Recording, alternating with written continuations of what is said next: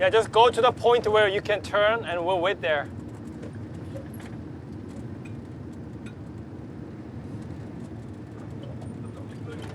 Yeah, you don't have to go down. 14,725km.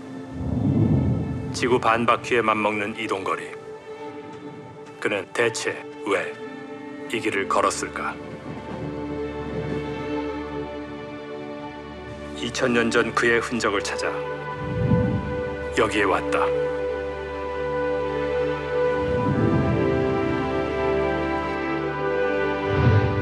예수의 제자여, 하나님의 택한 그릇. 널리 예수를 전한 자, 사도 바울.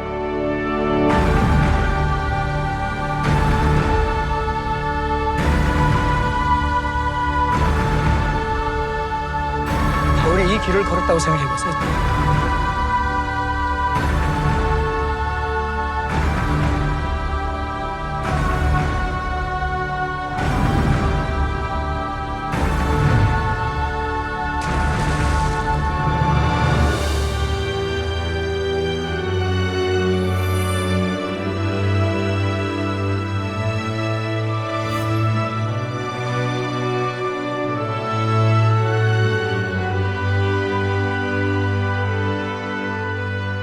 우리가 지금 역사의 현장에 서 있는 거예요.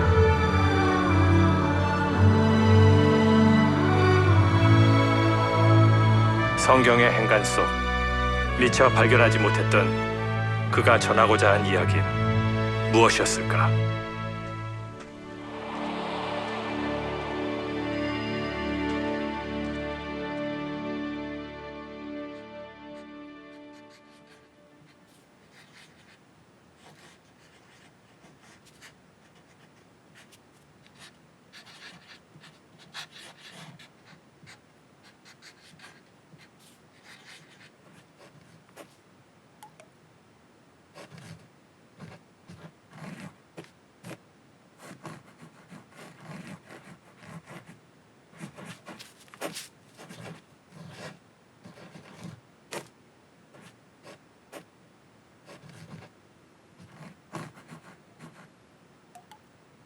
나는 사도들 가운데서 가장 작은 사도입니다. 나는 사도라고 불릴 만한 자격조차 없습니다.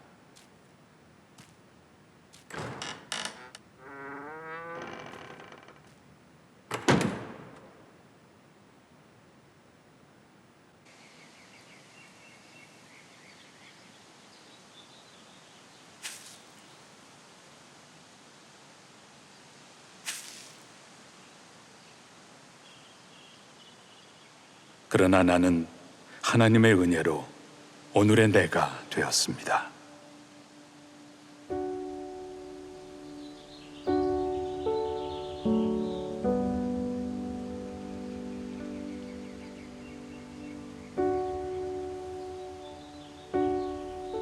나에게 베풀어 주신 하나님의 은혜는 헛되지 않았습니다.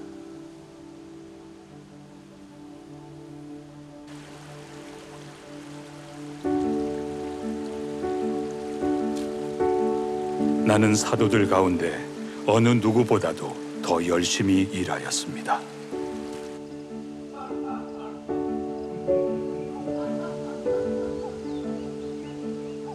그러나 이렇게 한 것은 내가 아니라 나와 함께 하신 하나님의 은혜입니다.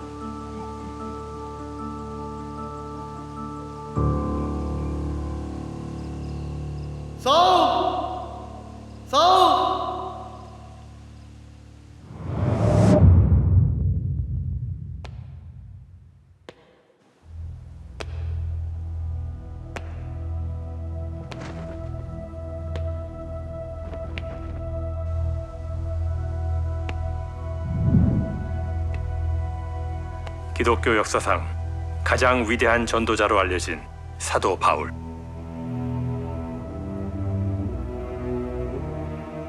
성경에 기록된 그의 첫 행적은 이렇게 시작된다.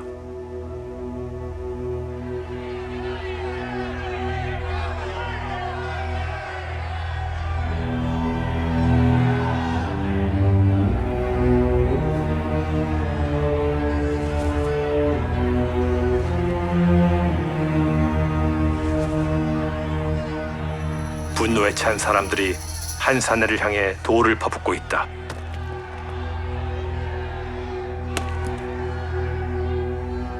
이를 주도한 이는 살기등등한 눈빛의 유대인 청년 사울.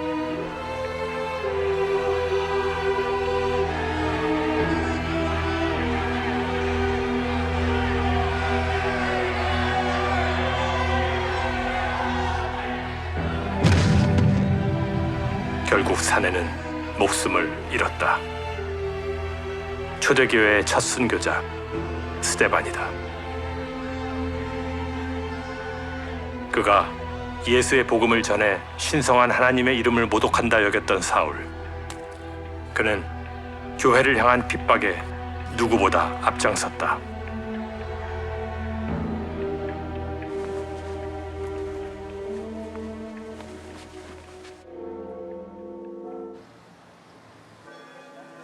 히브리어로 평화의 마을을 뜻하는 종교의 성지.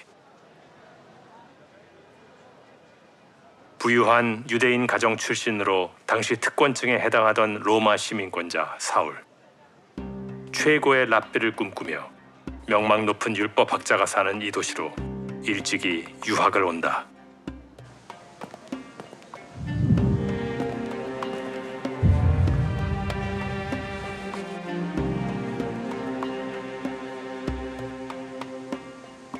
우리의 여정은 예루살렘에서 시작됐다.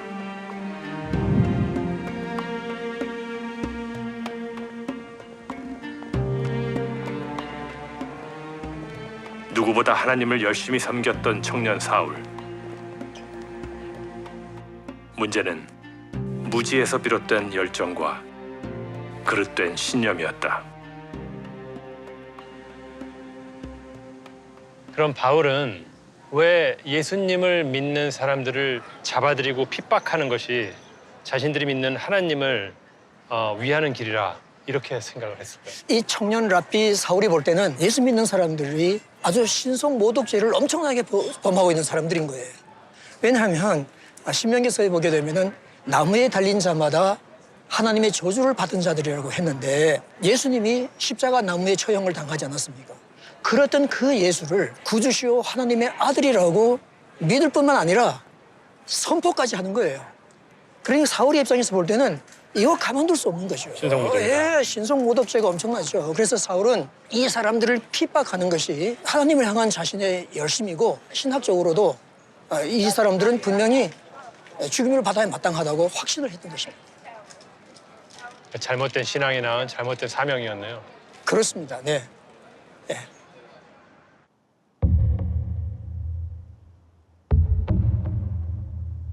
핍박의 그늘은 더 짙어졌고 예수를 믿는 자들은 박해를 피해 유대와 사마리아 도처로 뿔뿔이 흩어졌다.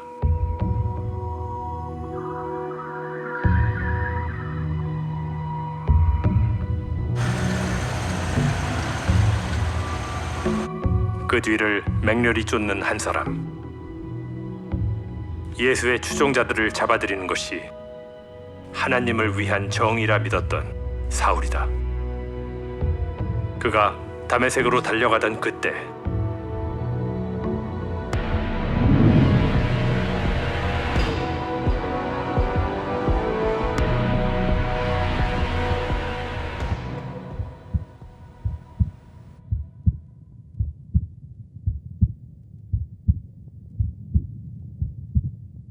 눈부신 빛과 함께 들려온 나지막한 음성. 그는 물었다.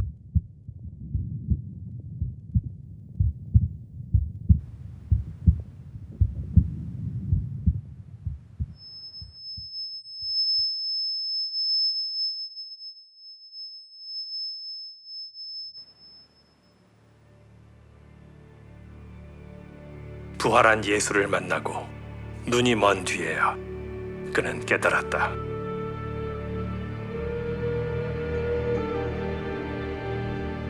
자신이 부정했던 예수가 하나님이 약속한 메시아이며 신앙의 실천이라 여겼던 자신의 행동이 예수를 향한 핍박이었다는 사실을.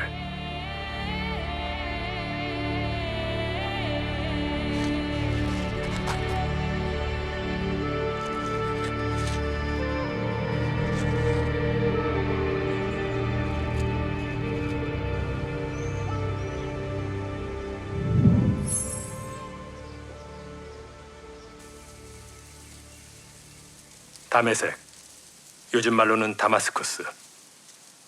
시리아의 수도인 다마스쿠스 저 어딘가에서 2000년 전에 그는 예수를 만나 인류의 역사를 바꾸는 회심을 한다.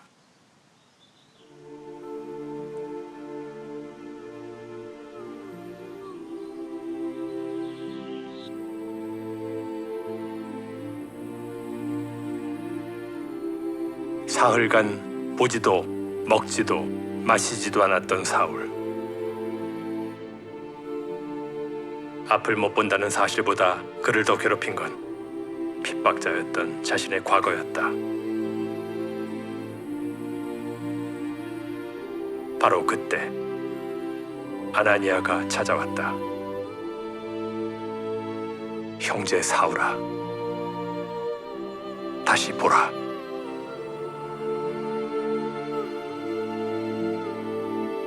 이어 그는 가히 놀라운 예수의 메시지를 전해 듣는다.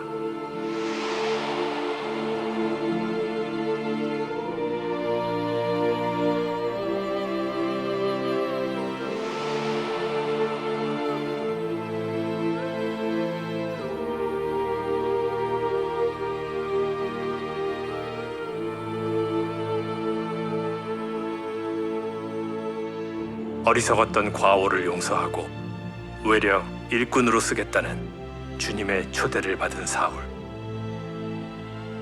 최악의 핍박자가 이방인의 사도로 부름받는 순간이었다.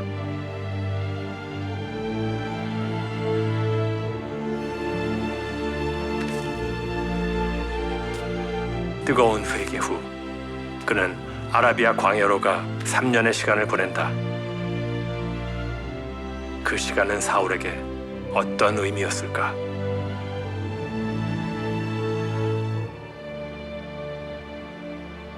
하나님께서 아주 고강도 훈련을 시키기 위하여 바울을 아라비아 광야로 불러내셨다.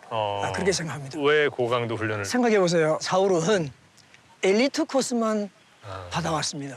부유한 집안에서 태어나서 뭐 별 어려움 없이 자랐을 수 있고. 자기의 그 배경과 학벌과 또 받는 여러 가지 인정 이런 걸로 얼마든지 사회받은 사람이에요. 그러나 바울은 앞으로 그렇게 생각하면 안 됩니다. 하나님께서 그 당신의 종들을 기르시는 것을 보면은 가끔 광야로 불러내셨어요. 사실 아라비아 광야를 보면 그렇구나 하는 생각을 그렇죠. 할 수밖에 없을 것입니다. 네. 아무데도 기댈 데가 없죠. 많이 들이 되었습니다. 네.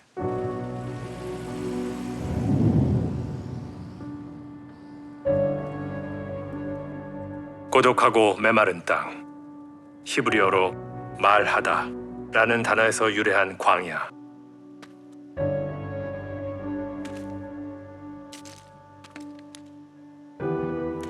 빛을 지향하는 존재로 거듭난 그는 그곳에서 귀 기울였을 것이다. 고독한 가운데 또렷이 들려왔을 주의 말씀을.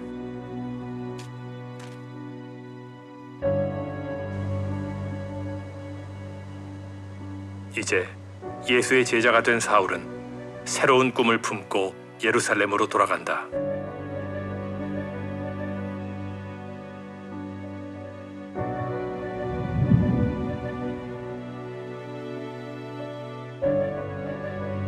사람들의 시선은 싸늘했다. 함께 교회를 핍박했던 유대인들에게 다시 돌아온 사울은 처단의 대상, 배신자였다.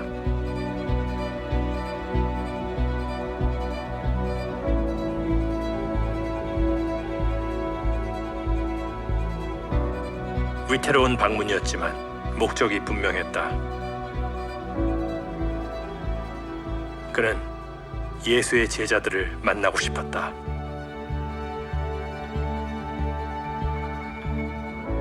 하지만 그들에게 사울은 여전히 의심스러운 핍박자이자 회방꾼.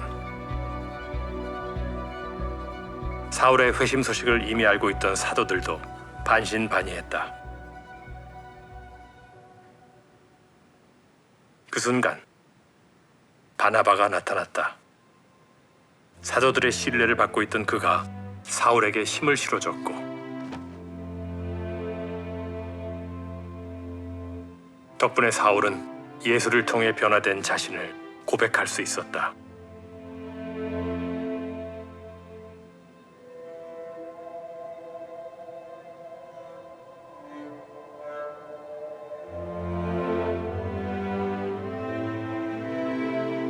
사도들의 으뜸인 베드로와 15일을 함께 보낸 사울.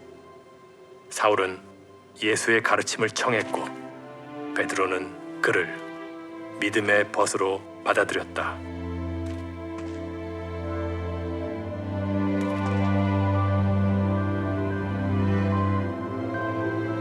그 후 고향 다소에서 10년을 보낸 사울은 바나바의 초청으로 로마 제국에서 세 번째로 큰 도시 수리아 안디옥으로 간다.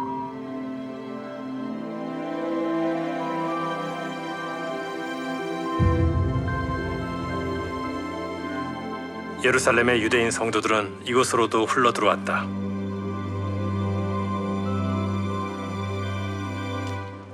박해를 피해 떠나왔지만 어김없이 전도를 이어갔다.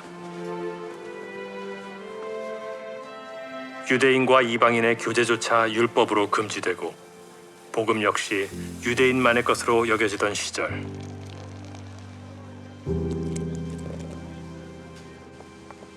서로 뒤섞여 살게 되면서 복음은 이방인에게도 자연스럽게 전해졌고 이방인과 유대인이 함께 세운 최초의 이방 교회가 세워진다.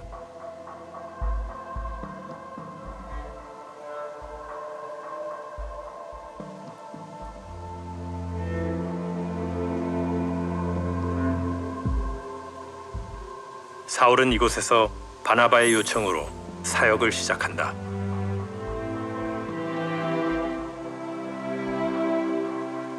안디옥 교회의 유일한 흔적이 남아있는 동굴 교회를 찾았다.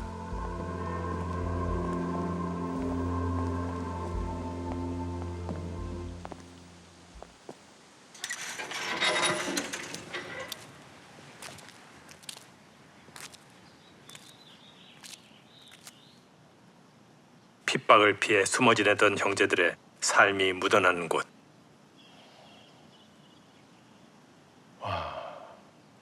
정말 이 동굴에서 숨어서 예배드리는 사람들의 심정이 어땠을지. 저는 이 교회가 제가 여태까지 와본 그 어떤 교회보다 더 정말 예배당 같은 그런 느낌이 드네요.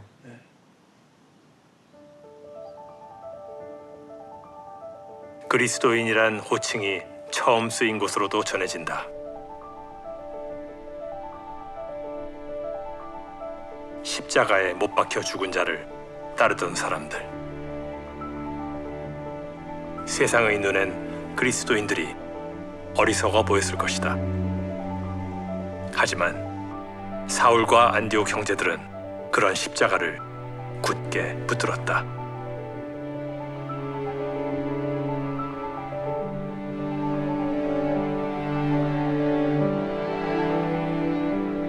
그러던 어느 날 다 같이 모여 기도하던 중 사울과 바나바를 따로 사용하겠다는 하나님의 음성을 듣는다.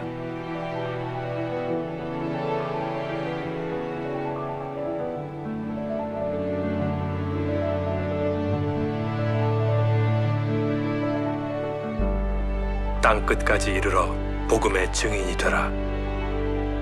사도들도 실행하지 못한 그 지상 명령에 사울은 순종했고 몸을 내던지기로 한다.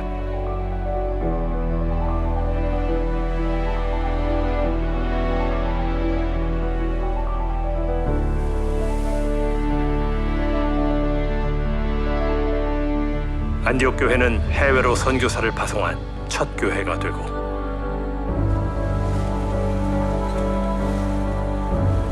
사울은 바나바와 함께 위대한 여정이 될 첫 번째 선교 여행을 떠난다.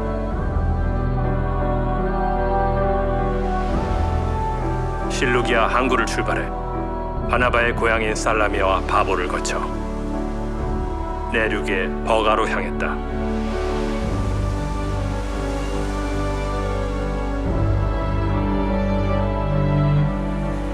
이즈음 사울은 유대식 이름인 사울 대신 헬라식 이름 바울을 쓰기 시작한다.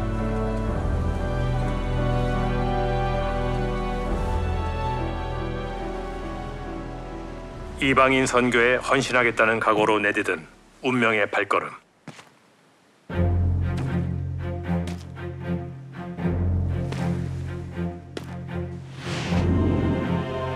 두 사람은 곧장 타우로스 산맥을 넘기로 한다. 다음 목적지 비시디아 안디옥으로 가려면 다른 방법이 없었다.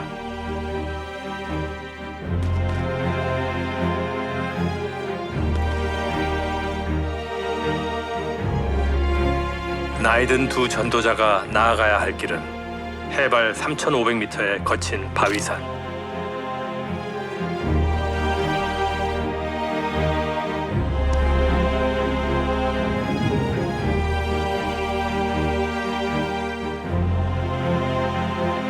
좋기 보름은 더 걸렸을 고행 끝에 마침내 그 땅에 도착한다.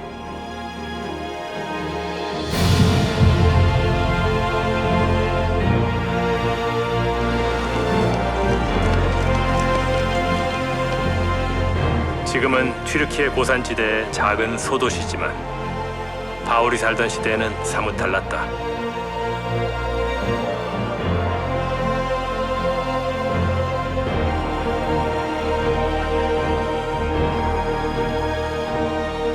도시 부지 14만여 평, 도시를 감싼 성벽만 3km.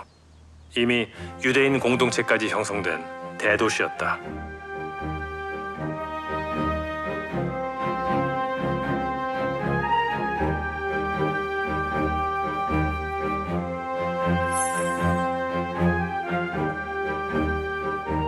선교 전략적으로도 이만한 곳이 없었다.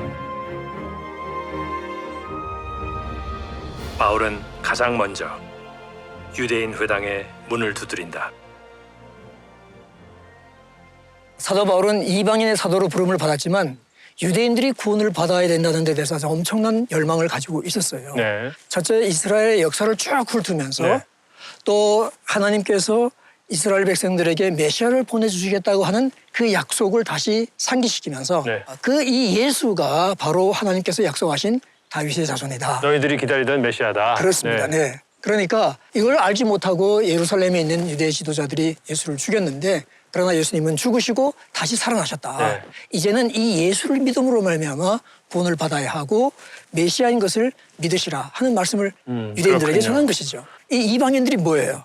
창조주 하나님을 모르는 모르죠. 사람들 아닙니까? 네. 창조주 하나님이 살아계신 하나님이 있다. 네. 사람을 만들고 우주 만물을 만든 하나님이 있다는 것을 설명하고 예수님이 누구신가, 예수님이 우리를 죽으시고 부활하셨다는 내용을 전한 것이죠. 그렇군요. 네.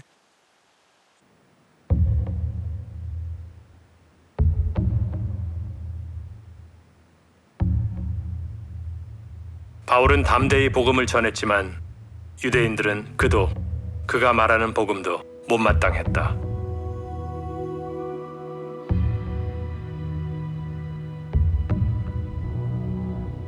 환대받지 못하는 자.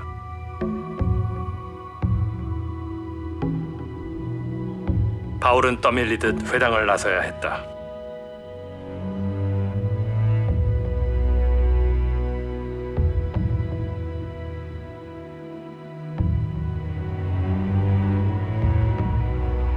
그럼에도 바울은 이고니온에서 다시 루스드라로 전도를 멈추지 않고 기류의 여정을 이어간다.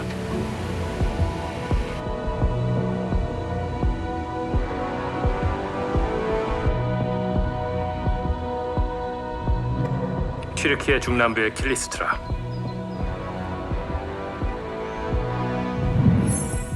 응회암 바위 절벽이 병풍처럼 펼쳐진 이 일대는 박해받는 그리스도인들의 피난처가 되주었다.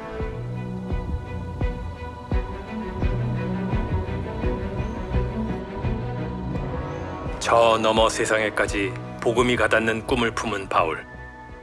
그 대가는 시련의 연속이었다.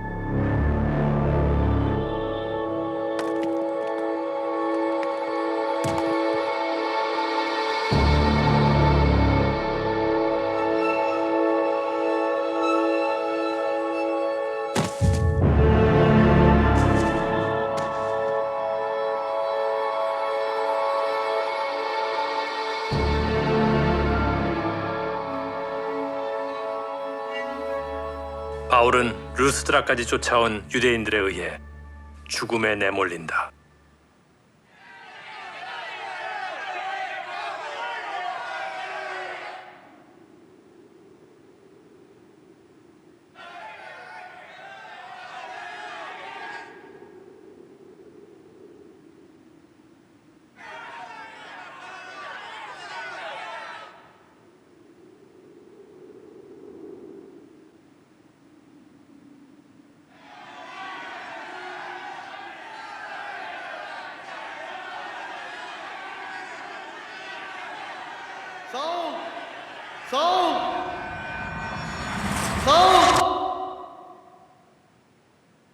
다시 깨어난 그는 어떤 마음이었을까?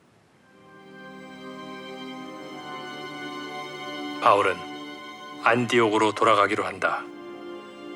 생명의 위협을 당했던 지난 선교지들을 한 곳 한 곳 되짚어간 바울.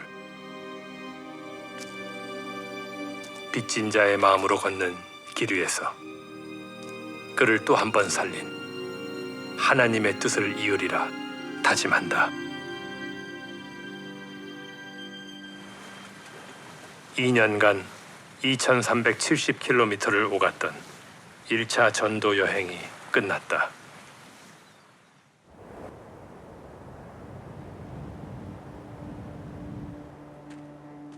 이방인들에게 믿음의 문을 연 첫 사역을 마치고 두 번째 전도 여행을 준비한 바울. 이번엔 바나바와 떨어져 홀로 나서는데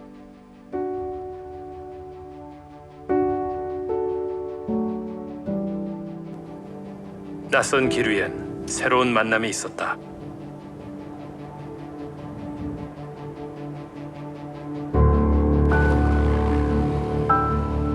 새로운 동역자들과 함께 다시 힘을 낸 그는 1차 선교 여행 당시 개척한 교회들을 돌며 그곳의 성도들을 살피고 돌보는 것으로 여정을 시작했다.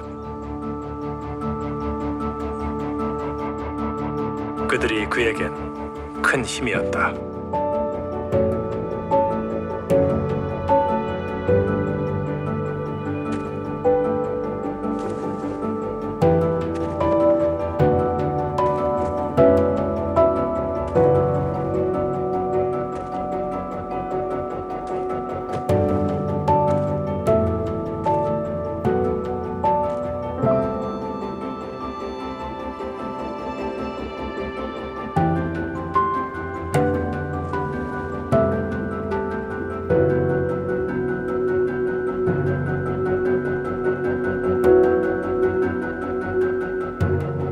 더 많은 이들에게 복음을 전하고자 일생을 길 위에서 보낸 바울. 스스로 신앙의 본이 되기 위해 무던히 애썼다.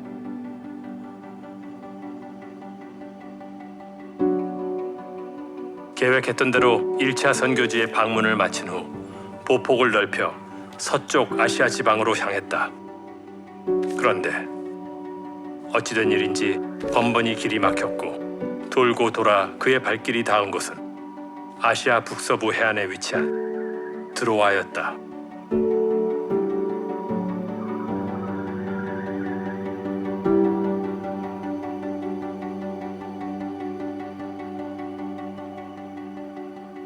무슨 연유로 계획에도 없던 여기까지 오게 된 걸까? 바울은 묻고 또 물었다.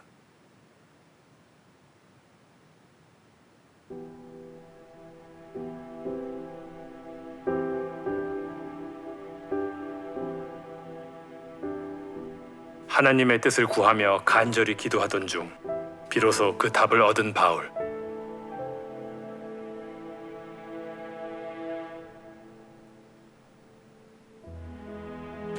한밤중 마게도냐 사람의 환상을 본 것이다. 귀 기울인 자만이 들을 수 있는 하나님의 부르심. 바울은 망설임 없이 나아갔다.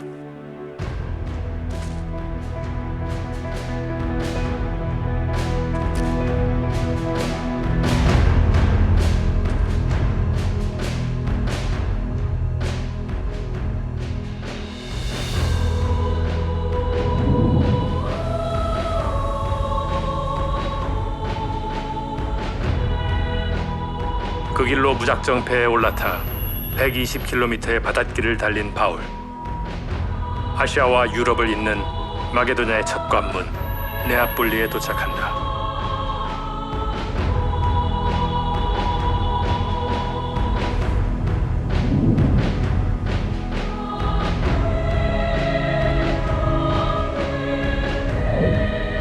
바울의 등장과 함께 세상을 바라보는 새로운 관점이 유럽 대륙에 처음으로 상륙했다.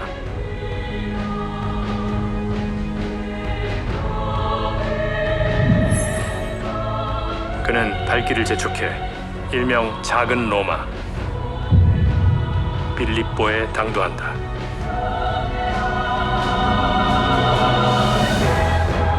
빌립보 외곽을 흐르며 이곳 사람들의 젖줄이 되어준 지각티스 강줄기.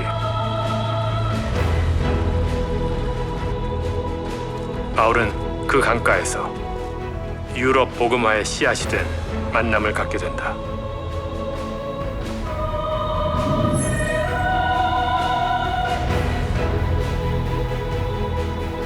소박한 모습의 교회와 세례터는 그녀를 기념하고 있다.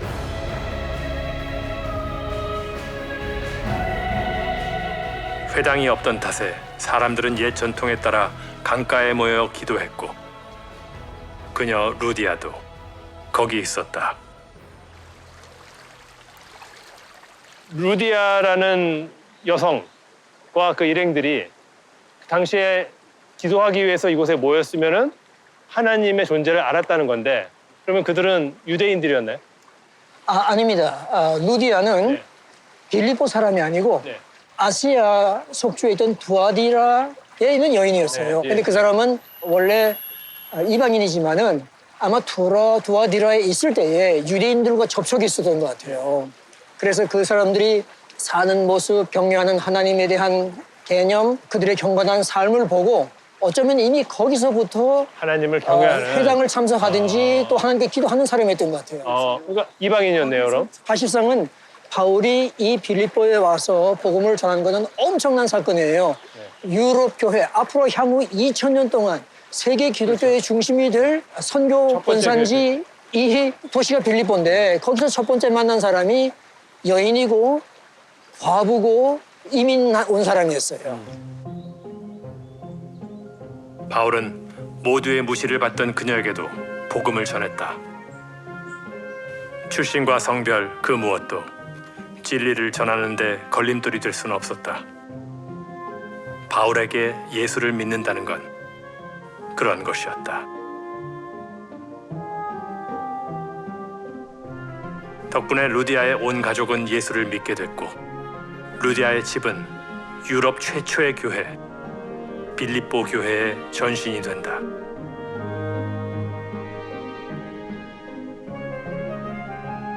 유럽 복음화의 초석은 그렇게 놓였다.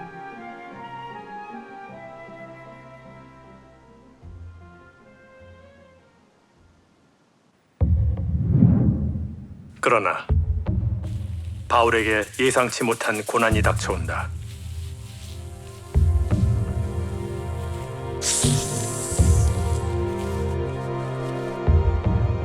빌립보 땅에서 전한 복음과 이적으로 인해 모함을 받게 된 것이다.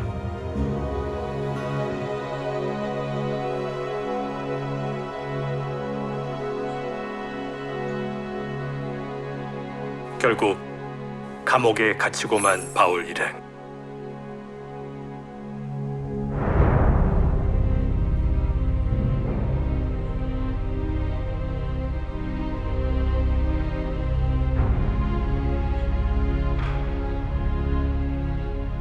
바로 그 투옥 당일 갑작스러운 지진이 발생한다. 그 혼란한 틈을 타 탈출할 수도 있었지만 바울은 자리를 지켰다. 또한 부당한 대우를 피할 수 있는 로마 시민권자의 권리도 내세우지 않았다.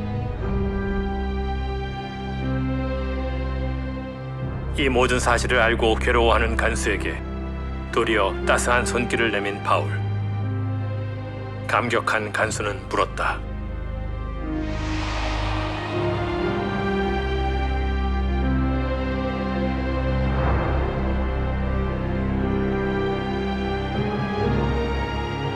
돌아온 대답은 짧지만 분명했다.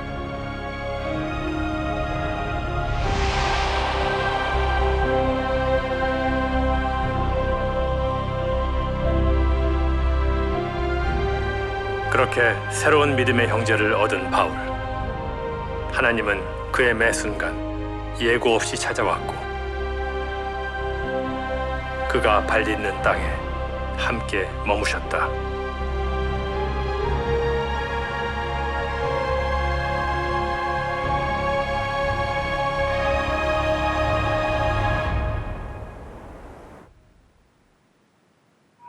빌립보를 떠난 바울 일행은 데살로니가를 거쳐 베레아에 도착했으나 또다시 공격하는 세력에 쫓긴다.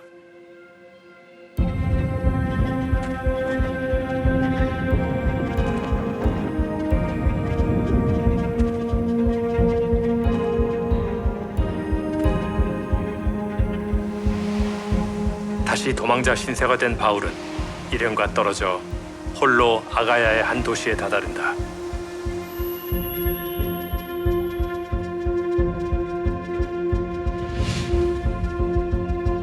충격적이었다. 마치 하나의 거대한 재단 같은 도시.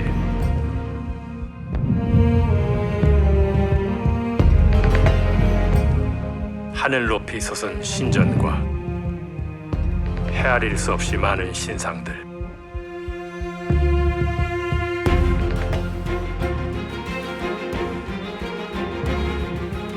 민주주의의 발상지이자 철학의 요람으로 꼽히는 아덴이었지만 시민들의 일상 깊숙이 우상 숭배가 파고들어 있었다.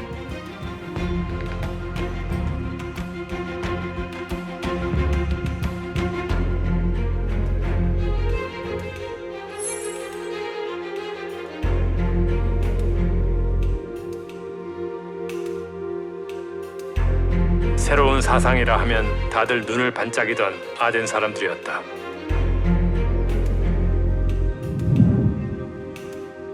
바울은 아덴의 철학자와 지식인들에게도 복음을 전했다.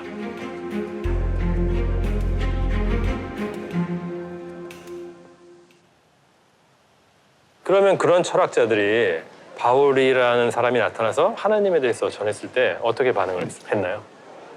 신이 우리를 사랑해서 자기 아들을 보내주시고 죽기까지 했다 하는 그런 얘기를 들을 때 이거 이해가 안 가는 거예요. 완전히 새로운 이야기를 들었네요. 이해가 안 가는 것이죠. 왜냐하면 그 사람들은 영혼은 불멸하지만 이 몸은 영혼을 싸고 있는 껍데기에 불과한데 이거 한번 죽으면 끝인데 무슨 부활을 얘기하느냐. 그러니까 바울의 말을 잘 받아들일 수 없고 이해할 수 없었던 거죠.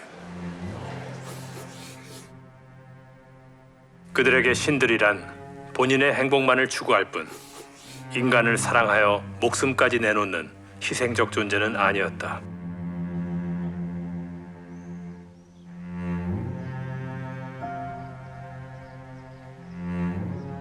우리는 바울의 다음 발자취를 따라갔다.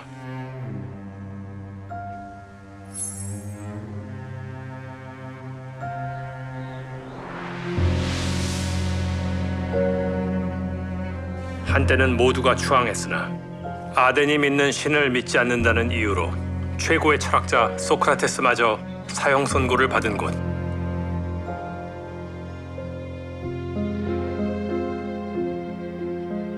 바울은 이곳에서 아덴 시민들에게 인류를 구원하기 위해 스스로 희생제물이 된 예수에 대해 전한다.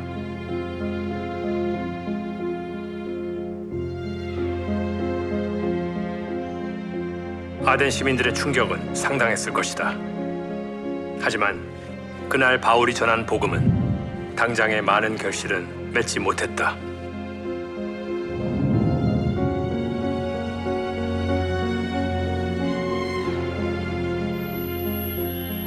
불신자들의 추격은 계속됐고 다시 혼자 몸으로 고린도에 도착한 바울.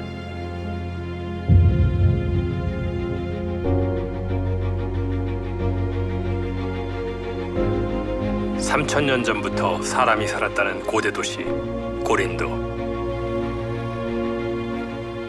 지중해와 아오니아해를 잇는 세계적인 무역항이 자리한 상업 요충지. 도시엔 돈과 재화가 넘쳐났지만 그것은 축복이자 재앙이 됐다. 물질적으로 부유해질수록 사람들은 욕망에 더 깊이 빠져들었다.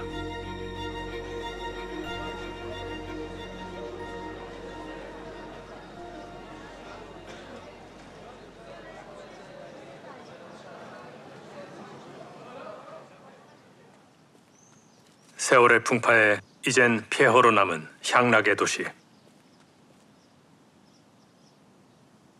이 고린도가 얼마나 타락한 도시였습니까? 심지어 고린도식으로 놀다 네. 하는 코린티아조마이라는 코린티아소마에 새로운 단어가 생길 정도였습니다. 이것은 부질저하게 가늠한다 하는 그런 뜻입니다.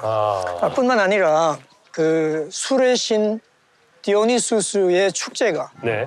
로마식으로 하면 바카스 축제가 매년 여기서 열리게 되는데 그때마다 수많은 남녀들이 서로 눈이 맞으면 요 옆에 그 오데온 극장에 가서 집단 혼음을 하는 그런 정도였어요. 이 고린도의 성적인 타락과 문란은 아주 유명했습니다.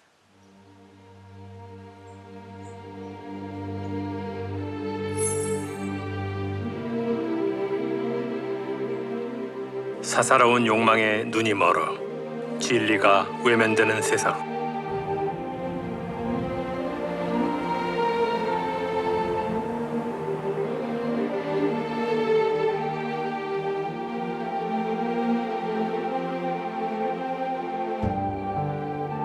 바울은 막막하고도 쓸쓸했을 것이다.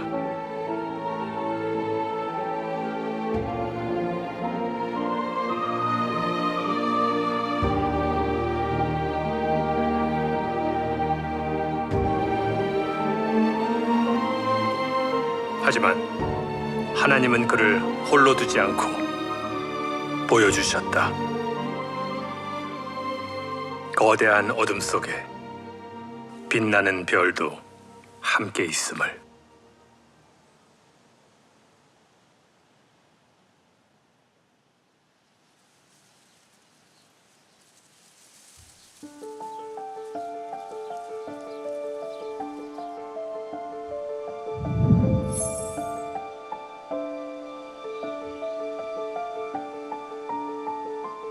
이즈음 로마 거주 유대인 사이에서는 메시아가 왔는지에 대한 논쟁으로 분란이 일었다. 그 일로 모든 유대인들은 로마 밖으로 쫓겨난다.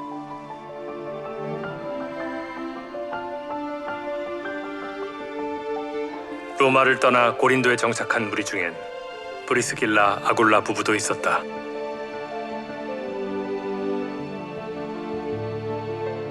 신실했던 그 부부는 천막 제조업자였다. 마침 천막 일을 하며 전도 여행 경비를 벌던 바울은 이들과의 만남으로 미소를 되찾고 길고 고단한 선교 여정 중 큰 위로를 받는다.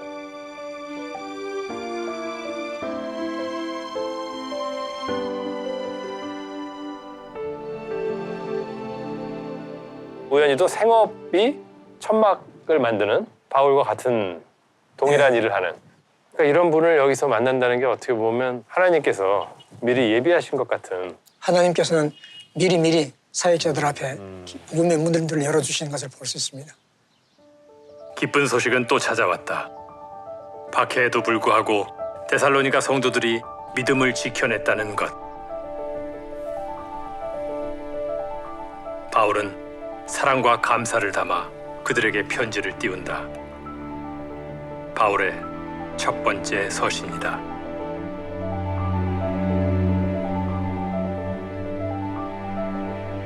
형제 자매 여러분, 우리는 기도할 때마다 여러분을 기억하고 있습니다.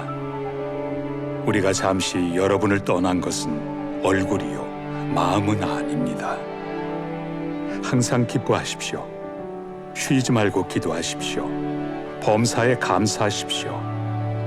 이것이 그리스도 예수 안에서 여러분에게 바라시는 하나님의 뜻입니다.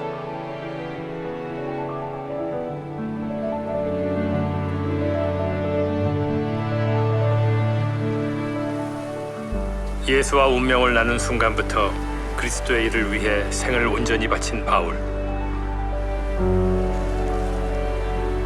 다사다난했으나 하나님의 격려가 가득했던 2차 전도 여행을 매듭짓는다.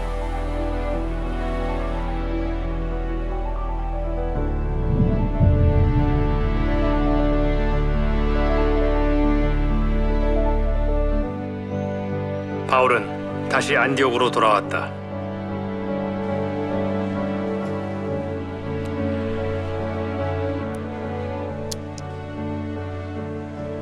선교지에서의 긴장과 핍박에서 벗어나 평화로운 시간을 보내던 어느 날,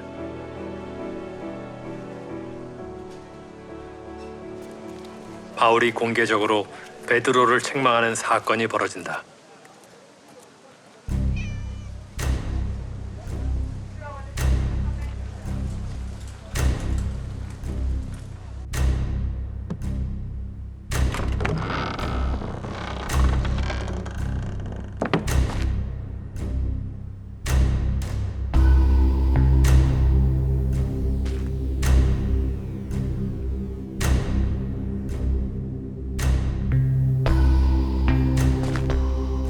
두벅두벅 예수의 길을 걸어온 두 사람. 바울은 다른 사람도 아닌 예수의 수제자 베드로를 엄하게 꾸짖었다. 당시로선 상상도 할 수 없는 일.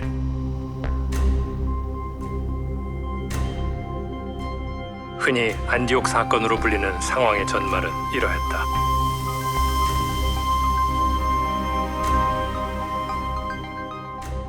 예루살렘 교회에서 유대인 형제들이 찾아온 날, 마침 이방인들과 식사 중이던 베드로는 난감한 듯 슬그머니 자리를 뜬다.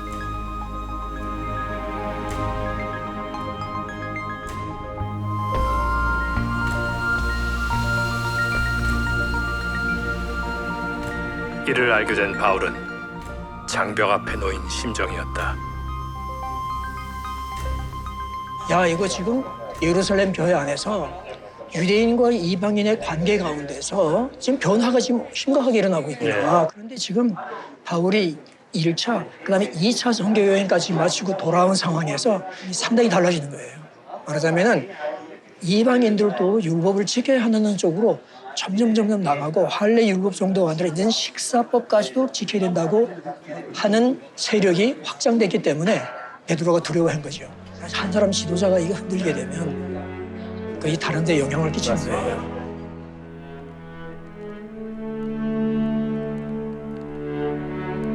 당시 교회는 이방인의 율법 준수 문제로 갈등 중이었다.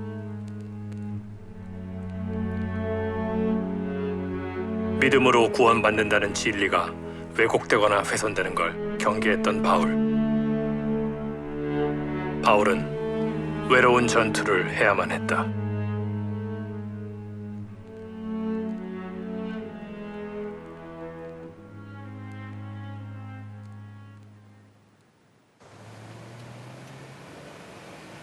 세 번째 선교 여행에 나선 바울은 내내 전도를 소망했던 아시아 속주의 수도 에베소를 향해 달려갔다.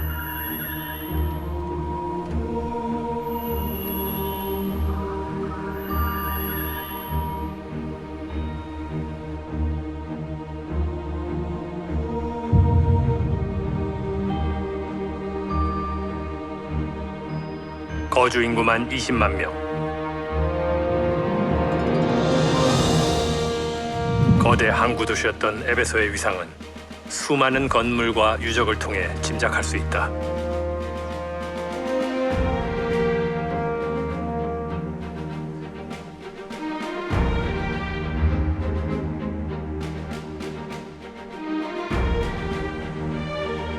소아시아의 모든 길은 에베소로 통한다 했을 만큼 도심은 언제나 사람들로 붐볐다.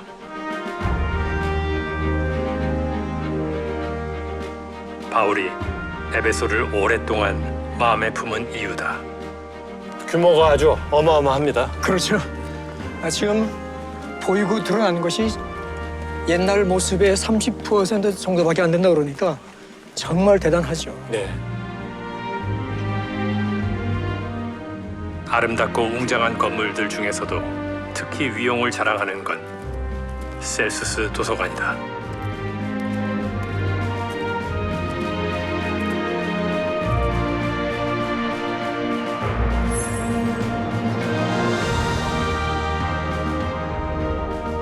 이곳 에베소에서 무려 3년을 보낸 바울.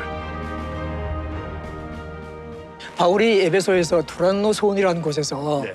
날마다 성경을 가르쳤다 그런 말씀이 나오지 않습니까? 그래서 어떤 사람들은 이 셀수스 자리가 네. 두란노 소원 자리가 아니었냐 그렇게 얘기하는 사람들이 있어요. 그렇군요. 두란노소는 그러면 어떤 곳이었어요? 두란노라는 이름을 가진 사람이 운영하던 학교 또는 학원이 있었는데 거기에 큰 방을 하나 빌려서 네. 바울이 매일 성경과 또 전도 훈련을 시킨 것이죠. 아, 그렇군요. 네. 유대와 이방 사람을 구별하지 않고 형제들을 가르치고 전도자를 길러낸 바울. 그의 수고와 헌신으로 믿음의 불모지에 교회가 세워진다.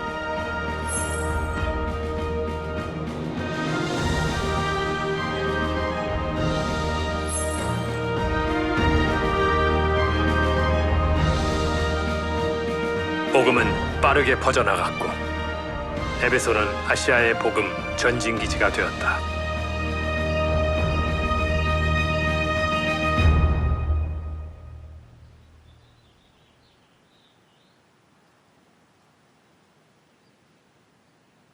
바울의 삶은 헛되지 않았다.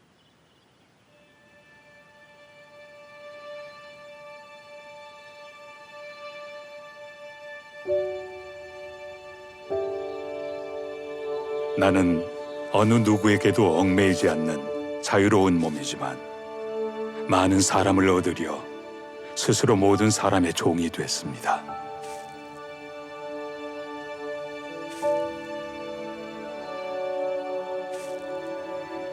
나는 모든 종류의 사람에게 모든 것이 다 되었습니다. 그것은 내가 어떻게 해서든지 그들 가운데 몇 사람이라도 구원하려는 것입니다.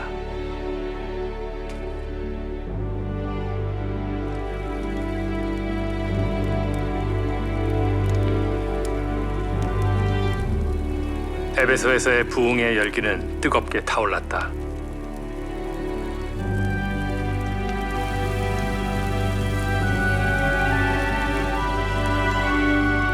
예수의 능력이 전해지면서 그를 믿고 두려워하게 된 에베소인들이 목숨보다 귀히 여기던 마술책들을 들고 나와 불태우기 시작한 것이다.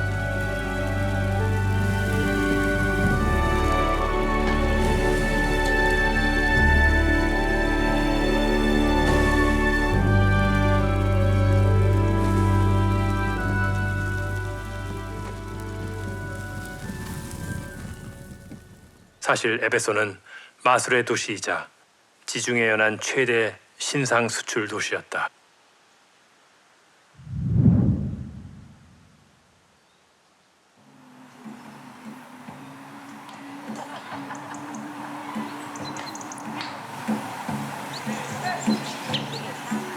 뱃사람들이 모여들기에 미신이 많았고 도시의 안녕을 기원하며 아데미 신전도 세웠다. 점점 예수에 의지하는 자들이 늘자 엉뚱한 데서 문제가 터진다. 불안감에 휩싸인 이들이 대극장으로 몰려왔다. 와, 규모가 아주 그냥 어마어마합니다. 한 2만 5천 명 정도 앉을 수 있는 그런 곳이었습니다. 네.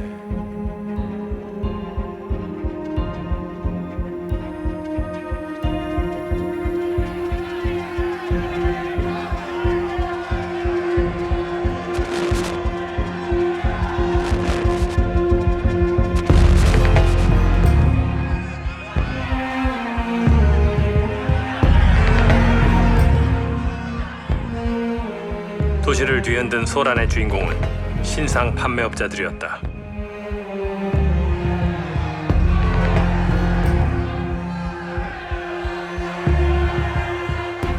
바울이 전하는 복음으로 벌이가 줄어들자 그에 대적하여 난동을 피운 것이다. 이 사건을 계기로 바울은 사랑했던 에베소를 떠난다.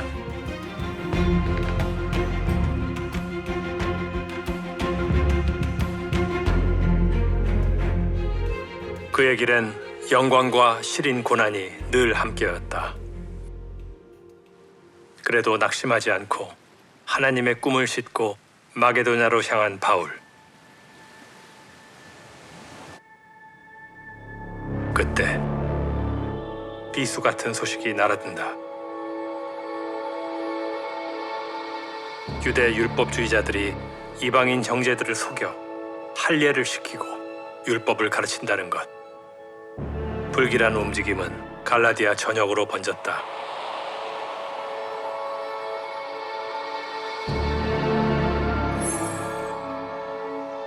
게다가 그들은 바울의 사도권마저 부정했다. 당장이라도 달려가 상황을 바로잡고 싶었을 바울. 서둘러 저 멀리 있는 갈라디아 교회에 편지를 띄운다.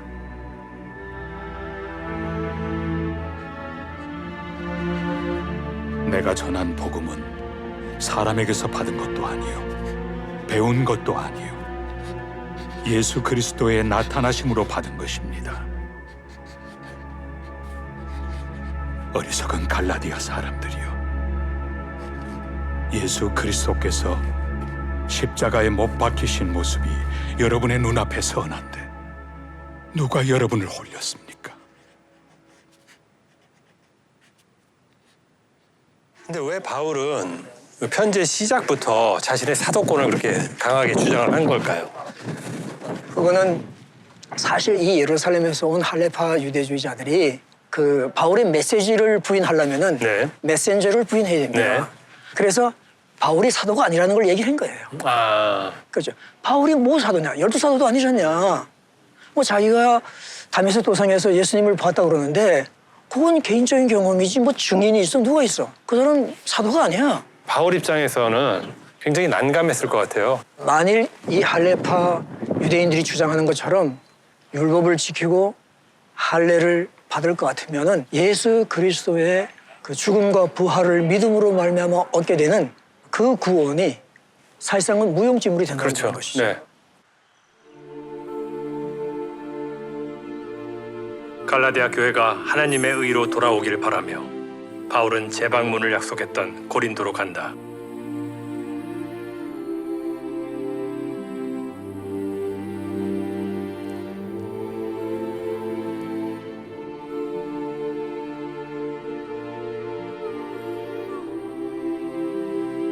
유대 율법주의자들이 이곳에까지 손길을 뻗쳤지만 바울은 늦지 않게 도착해 혼란을 바로잡았다.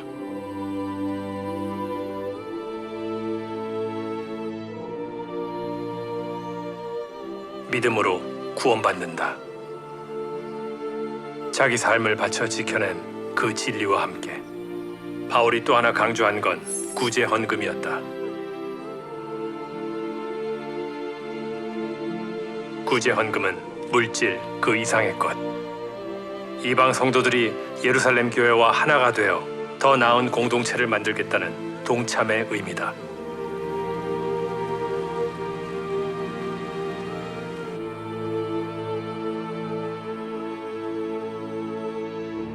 바울은 그 마음을 모아 예루살렘행을 준비한다. 이방 형제들을 보호하기 위해 직접 가서 교회의 입장을 명확히 하려는 것이었다.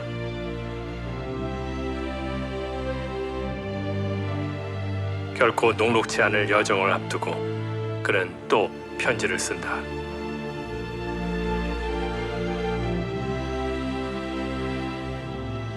어쩌면 영영 만나지 못할 로마의 형제들에게 그가 선교의 이정표로 삼았던 진리와 복음의 핵심을 소상히 담았다. 로마서가 다른 서신들하고 좀 다른 거는 다른 교회들은 골로새의 교회를 빼고는 다 직접 대면하여 설교하고 전도하여서 교회를 개척한 교회들이에요. 로마 교회는 그렇지 않습니다. 로마 교회는 바울이 개척한 교회가 아니에요. 그렇기 때문에 바울이 자기가 누군가도 소개도 하고 그런 면에서 이 로마서에서 복음을 아주 체계적으로 네. 그렇게 기록을 해나갑니다. 예를 들어서 고린도 교회, 고린도서를 보면은 이미 1년 반 동안 가르친 내용들은 고린도서 자체에는 적혀져 있지 않은 거예요. 네. 그러나 로마서에는 복음의 내용들이 아주 자세하게 기록이 되어 있어서 그렇죠. 무슨 우리에게도 마치 엄청난 매뉴얼처럼 이렇게 자세하게. 맞습니다. 네. 그런데 제가 바울이라면 이스라엘에 들어가면 죽을 수도 있다라는 그런 위협감을 느낄 것 같고. 당연하죠. 왜냐하면은 지금 바울이 누굽니까? 옛날 예수님 안 믿을 때 가장 선봉에 나서서 가장 피파하던 예. 예수님 믿는 사람 비판하는 사람이에요. 그런데 이 사람이 지금 예수님을 가장 전하는 사람이 됐으니까 네. 안 믿는 유대인들이 볼 때는 대천지 원수예요. 네네. 그러니까 바울이 예루살렘에 가서 죽을 수도 있다고 생각하고 이걸 썼기 때문에 사실상 로마서는 아주 심각하고 진지한 편지고 바울의 유언이라고 봐도 과언이 아닙니다. 대면하지 못할 성도들을 위해서 썼다면 그 편지는 결국 우리를 위해서 쓴 거네요. 그렇죠.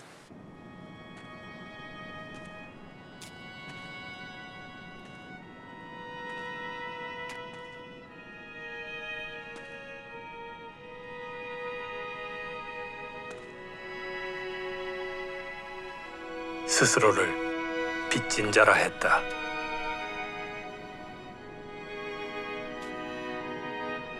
기뻐하는 이들과 함께 기뻐하고 우는 이들과 함께 울기를. 서로 사랑하는 것 외에는 아무에게도 빚지지 말기를.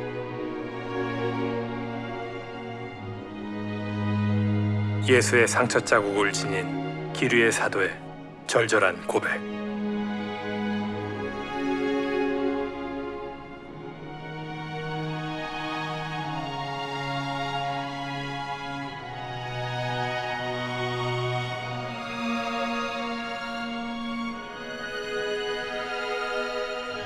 유언 같은 편지를 띄운 뒤 바울은 3년 동안 그에게 가르침을 받았던 에베소 장로들을 만난다.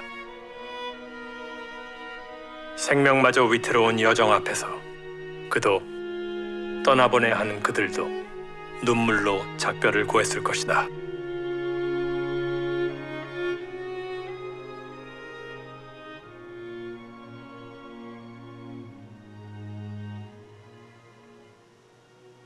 홀로 감당해야 할 시간이 찾아왔다.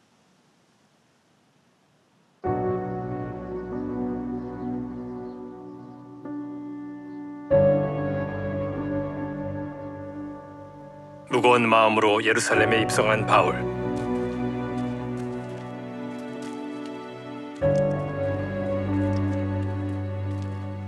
사도들과 예루살렘 교회 장로들을 만나기 위해 공회로 향했다.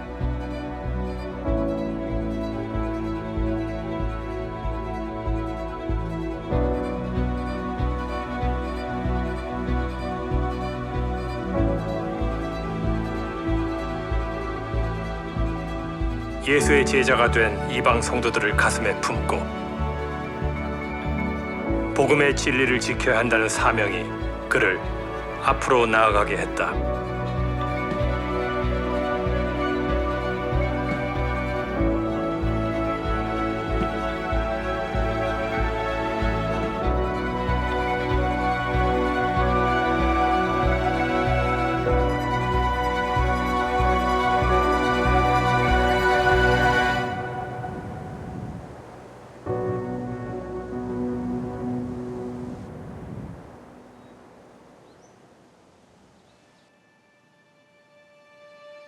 가슴 졸이는 시간 끝에 이방 교회가 전한 감사와 사랑은 잘 받아들여졌고 이방의 형제들은 율법의 사슬에서 자유로워졌다.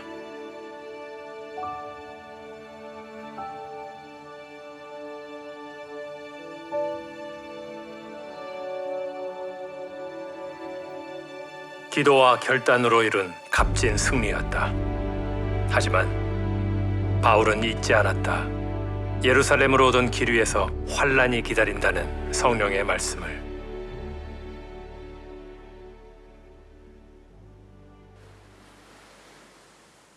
유대인들의 모함으로 바울은 곧 체포된다.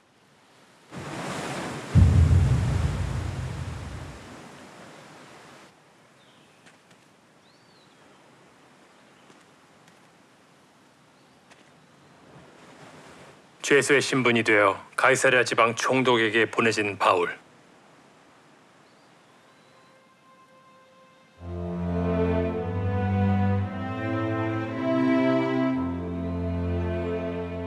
바울은 이곳 감옥에 2년간 투옥된다.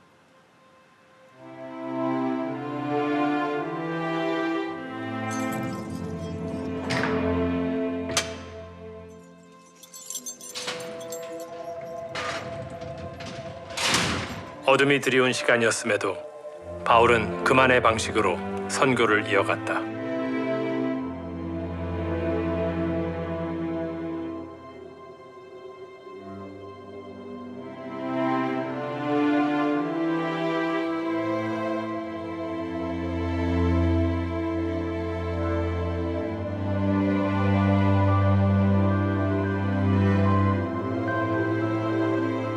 갇힌 몸이었지만 처음으로 육신이 안락했던 시간.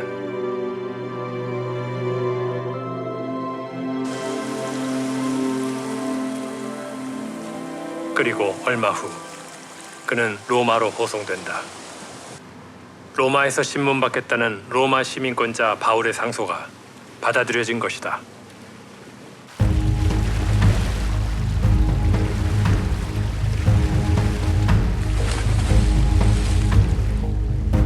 그에게 로마에 가서 전파하게 될 거라던 예수의 약속은 지켜졌다.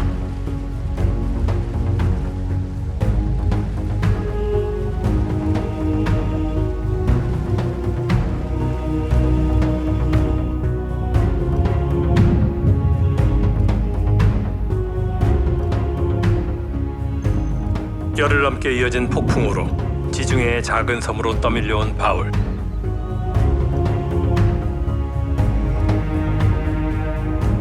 이 섬에서 겨울을 나고 봄이 되어서야 다시 출항한다.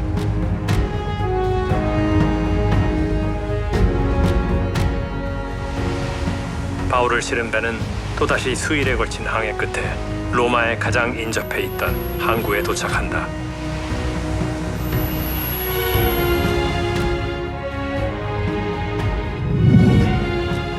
전도자로서의 신분은 아니었지만 바울은 그토록 열망했던 로마에 발을 들였다.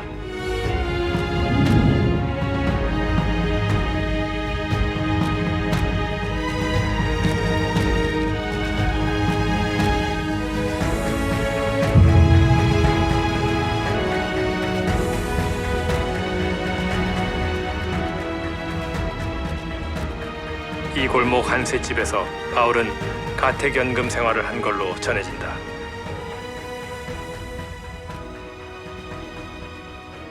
지금 이곳이 유대인 집성촌인가요? 지금도 그렇고요. 바울 시대 때도 마찬가지였습니다. 보세요, 여기. 코쇼 커피숍. 그죠? 지금도 유대인들이 여기 있고, 보니까 이스라엘 국기도 여기에 걸려있네요. 지금도 현재 여기가 지금 유대인들이 집성촌을 이루고 있어요.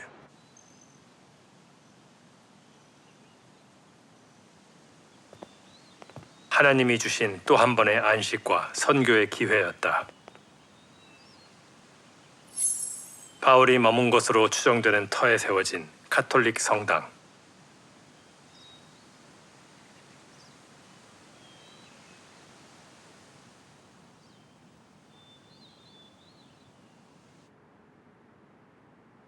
바울의 행적이 담긴 사도행전의 기록은 여기서 마무리된다. 그러나 학자들의 꾸준한 연구로 그의 행적을 마저 따라가 볼 수 있었다. 2년간의 가택연금 후 풀려난 바울.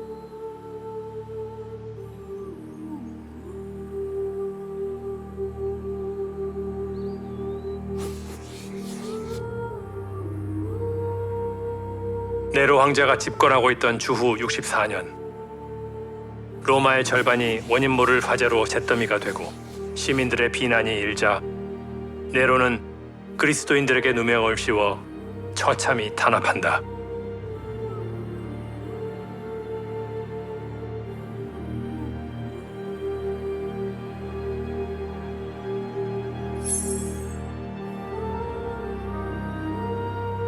무고함에도 선동자로 지목된 바울은 중범죄자를 가둔 지하 감옥에 다시 수감됐다.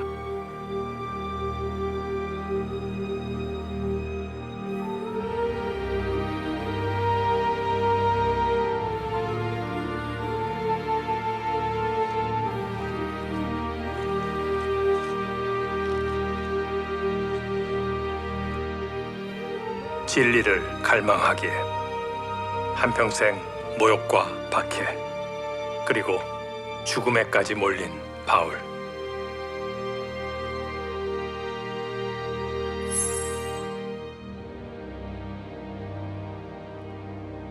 이후 바울은 이곳으로 이감돼 생애의 마지막 시간을 보낸다.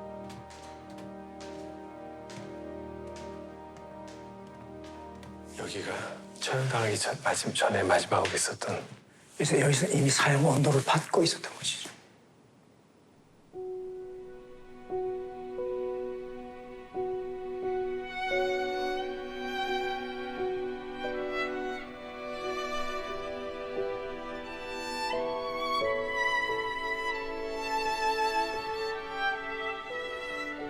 신앙을 지키기 위해 순교하는 그리스도인도 있었지만 그를 배신하는 이들도 많았다.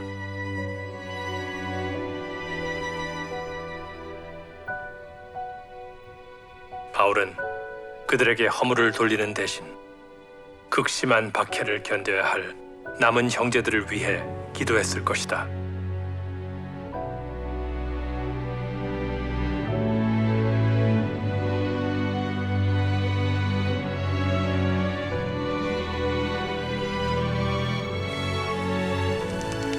그리고 그날이 찾아왔다.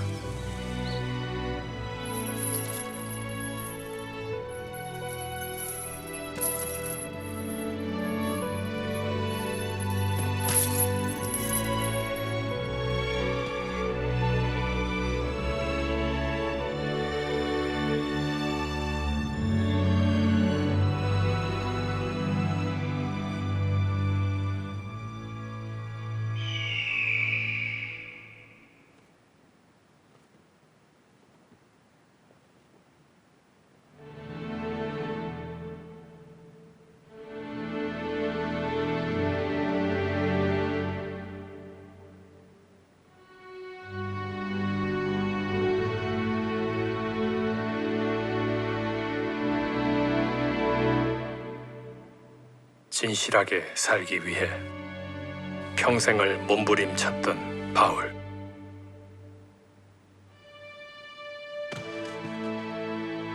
보이는 것이 아닌 믿음으로 살았던 그에게 참수형이 집행됐다.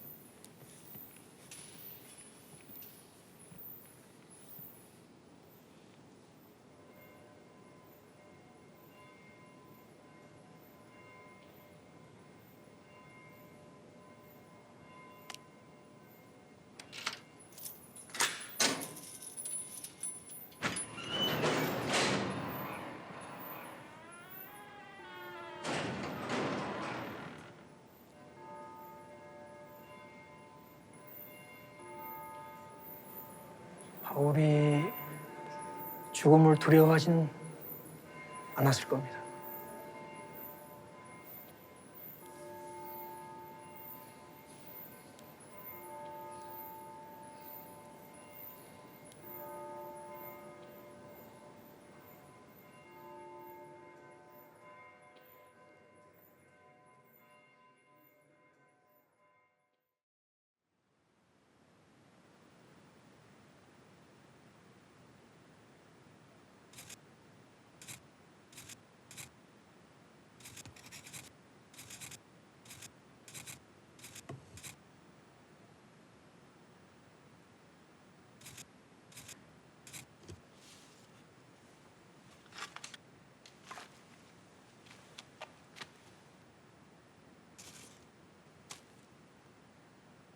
삶이 곧 메시지였던 바울.